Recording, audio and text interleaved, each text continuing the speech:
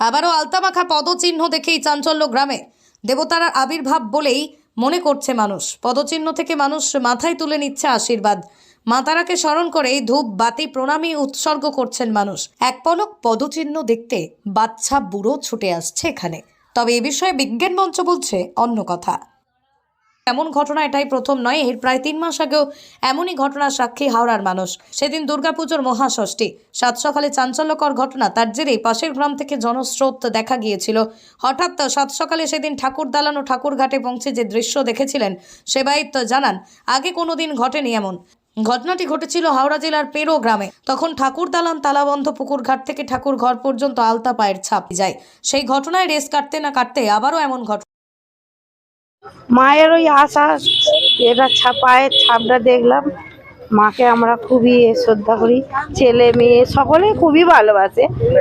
আলতা পায়ের চিহ্ন আলতা পারলে হ্যাঁ, এখানে বাসিন্দারও কারো হতে পারে। হ্যাঁ না, বাসিন্দার হতে পারে না।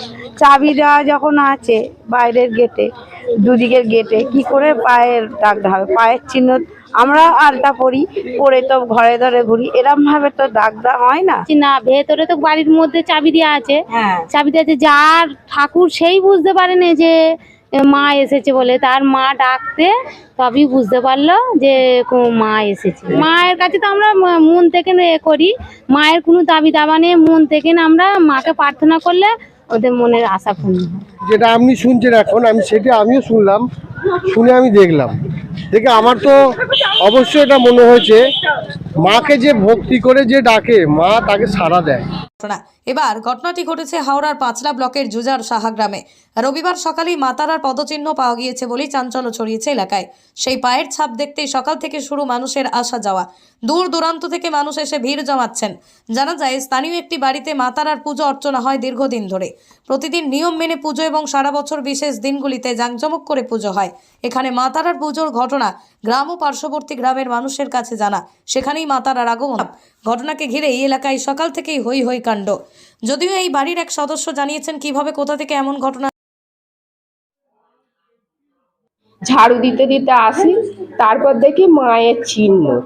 তখন এবারে আমার মনটা ডাউট হয় যে এত মায়ের ছাপ, আবার জবা ফুল, সারা রাস্তায় আমাদের পুরো পুরোনো বাড়ি পর্যন্ত গিয়েছি। এসে তারপরে সবাই দেখলো, ডাকে ডাকে আসছে, যাচ্ছে, দেখছে। এই যে পায়ের ছাপটা মায়ের পায়ের ছাপই কি করে বুঝছেন? এটা মানে আমাদের মনের বিশ্বাসে। যদি বলো কেন, আমরা খুবই মাকে শ্রদ্ধা করি। ভাই যেরকম তার মন থেকে শ্রদ্ধা করে, আমিও আমার সারাদিন পরিশ্রমের পরে মাকে সেবা দিই, আমিও শ্রদ্ধা করি। সেই বিশ্বাসে মায়ের ফুলই মনে হলো, মায়ের পায়ের ছাবি মনে হলো। অনেক গ্রামবাসীরা অনেকে মানে, অনেকে খেসা করে, সেইটাই হয়তো মা জানান দিয়েছে, অন্য কিছু নয়, আমাদের বিশ্বাস। আমি আরো জড়িয়ে বললাম। আমি কিন্তু এটা কখনো চাইছিলাম যে আমি আরো জড়িয়ে বলি। তাকে ভালোবাসি, এটা সত্যি, সে আমার সবকিছু। তা বলে এই নয় যে আমি তাকে নিয়ে পুরো জড়িয়ে পড়বো, তাতে আমার মাও কষ্ট পাবে। আমি কখনো সেটা চাইতাম না, সেটাই বর্তমানে। মানে এটা তোমার কাজের সমস্যা হয়? হ্যাঁ, অবশ্যই হবে। তুমি থাকলে হবে, তুমি নিজে থেকেই ভাবো। ছেলে মাকে ভালোবাসে এটা সবাই জানে, থাকতে পারে, কিন্তু যদি এইভাবে জড়িয়ে আসে তো অটোমেটিক সে যে কোনো কেউ জড়িয়ে যাবে। পশ্চিমবঙ্গ বিজ্ঞান মঞ্চের হাওড়া জেলার সহ সম্পাদক শঙ্কর মুখার্জি জানান, পৃথিবীতে অলৌকিক ঘটনা বলে কিছু নেই। এর কারণ কি সঠিক না জানার ফলেই বর্তমানে এই ধরনের ঘটনা বেড়ে চলেছে। তিনি আরও বলেন, কিছু মানুষ নিজেদের স্বার্থে এমন ঘটনা তৈরি করে থাকে। মানুষ এই ঘটনা সত্যি করে বলে বিশ্বাস করে ফেলেন এর উৎস বা সঠিক কারণ না জানার ফলে। হাওড়া থেকে রাকেশ মাইতির রিপোর্ট, লোকাল 18 বাংলা।